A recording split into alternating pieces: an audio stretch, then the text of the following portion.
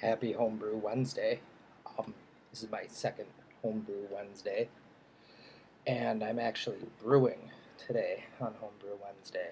I brewed yesterday evening as well. Just a couple extract batches, pipeline maintenance. Figured a couple low gravity summer beers, get them done, get drinking on them in a few weeks. Um, got my boil rolling right now, steaming up my house on a 90-degree day. It's pretty warm.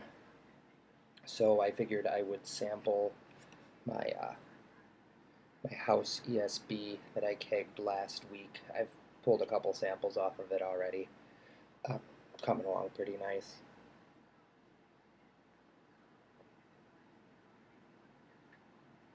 A little overcarbonated, still a little young. Very tasty. Very, very tasty. I don't know if you guys can see the color on that very well. It's reddish brown. It's pretty nice. Maris Otter, a little bit of crystal 55. Touch of chocolate, some maltodextrin. Challenger, EKG, and Fuggle. And I used the 1318, the London 3 yeast on this. It's pretty good.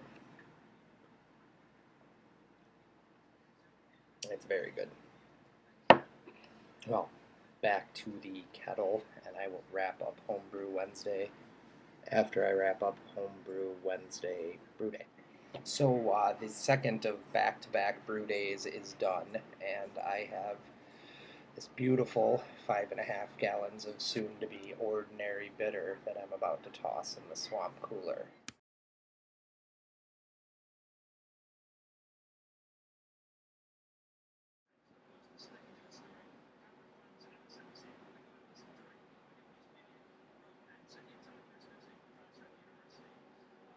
So that one's in the swamp cooler, and probably be ready to bottle in about 10 days, maybe a week to 10 days. Pretty low gravity. That ordinary bitter was original gravity was 1.036, so pretty low gravity, low alcohol beer for summertime. But now it's time to do what you're supposed to do on Homebrew Wednesday. Drink some homebrew. This is my obviously not quite carved up house pale ale. Coming along really, really nicely. It's been in the keg for about a week, but I just set it to about 40 pounds to set the top of the keg and let it sit till I finish a keg that was in there and just put it in the kegerator over the weekend and set it to serving pressure because I just wanted to let it carve up a little slow. We're going to be out of town this weekend, so didn't need to done any with any speed or anything. Really nice beer. It's pretty much Mirror Pond clone. A little more late hops, a little more bittering hops, a little more late hops, and a lot more dry hops. Other than that, it's pretty much Mirror Pond, and it's pretty tasty beer. So this week I have, the last week I have brewed 2 batches of beer. Brewed yesterday evening. Brewed Midwest Supplies Extract Kit Liberty Cream Ale. Couple little minor tweaks, nothing major though, and probably dry hop that too. Another nice low gravity summer beer. And then today I brewed another Midwest Supplies Extract Kit. That was the English bitter with ordinary bitter, real low gravity, nice beer. I changed that somewhat. I threw in some corn sugar because it used a small can of Alexander's Sun Country malt extract, just a 1.25 pound can. And I've noticed that that stuff doesn't ferment as well as some of the other pale extracts. So threw in a couple ounces of corn sugar and a couple ounces of biscuit malt into the steeping grains, and swapped out the caramel 10 for some caramel 40, and swapped out the U.S. Goldings for East Kent Goldings. Hopped it up a little bit because I like my bitters to be hoppy and bitter. Another thing I worked on this week was two recipes. One for an English IPA that I'll brew, get to drink it as soon as it's ready. IPA, I always drink them pretty young, sometimes too young. The other one, pretty cool winter beer recipe that I got from a guy on homebrewtalk.com. He was nice enough to share his recipe with me, and that is for a smoked oaked rum stout.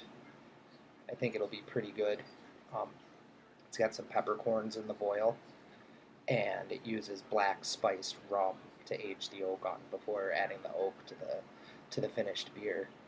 So I've been tweaking that in my beer smith and playing around and probably bothering everyone I know for some ideas on what to do with it. But recipe's coming along pretty well. That one will be um, trying to finish up with about 3 gallons and hoping to have it ready by winter. It's relatively low gravity for a big stout.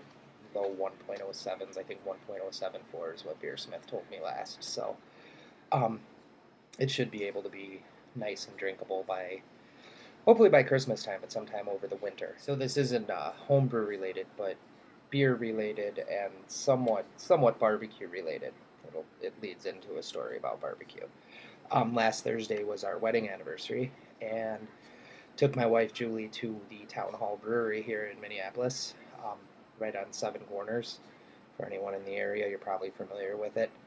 Um, great brewery, great beer, amazing food. I had what they call the Seven Corners cheeseburger, which was what they described it as a barbecue infused cheeseburger. And it was just slathered in barbecue sauce that had been caramelized on the grill, topped with some provolone cheese. And man, it was so good that this past weekend we had some family over for barbecue, and one of the things I made was my own variation of them. And what I did was took regular ground beef and real bacon bits and pieces, a mix of bits and pieces. I think I used Oscar Mayer, the Ziploc bags of Oscar Mayer bacon bits and bacon pieces. Mixed that in with the ground beef with some mesquite seasoning and a little bit of McCormick hamburger seasoning. Then soaked them in original Stubbs barbecue sauce for a couple hours as I got everything ready. And man, those turned out really good, almost as good as the ones at Town Hall. But back to the beer, um, I didn't try everything that Town Hall has. Um, I started my night with their house pale ale, and then with dinner and dessert, me and my wife split a flight of their seasonal beers, which were all really good. I was most impressed by the Classic American Pilsner and the Weizenbach. Both of those were really excellent beers. And for dessert, I had Town Hall's Masala Mama, their house IPA. They had it on cask seasonally, and I had it on cask, and it's about the best dessert I've had in a long time. It was an amazing beer. Well, that about sums up my week here in Minneapolis. Um, Good week of barbecue, good week of homebrew, um, good week in general. Today's a little hot, so I'm off to enjoy a few more cold ones, some air conditioning, and if we get some relief when the sun goes down, hopefully my patio. Happy Homebrew Wednesday. Another thing I wanted to touch on real quick was with these last two batches I brewed over the last 2 days is, well, with them both being low gravity beers and the cream ale using US-05 and the ordinary bitter using SAF Ale 04, both of which are yeasts that I use quite a bit. Um, I'm looking at these beers not just as great summer beers to drink when it's even hotter than it is today, say like late July and August, but they're both pretty much yeast starters for me.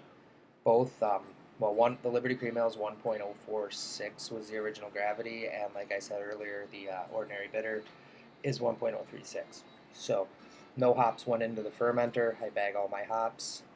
Big yeast starters. I'll try to harvest a few jars out of each of those and have some 05 and some 04 on hand for next upcoming few brews of using each style of yeast. Um, my next few homebrew Wednesdays starting next week, I'm gonna touch a little more on yeast health, and mainly how easy it is to wash yeast and save yeast, and how easy it is to harvest yeast, which are both great ways to save money, and spend some more time with the hobby. I enjoy I enjoy playing around with yeast. Um, I particularly enjoy harvesting yeast from commercial beer. I've done it a few times, and really like it. Plan on doing it a lot more in the future. But that's another issue of Homebrew Wednesday.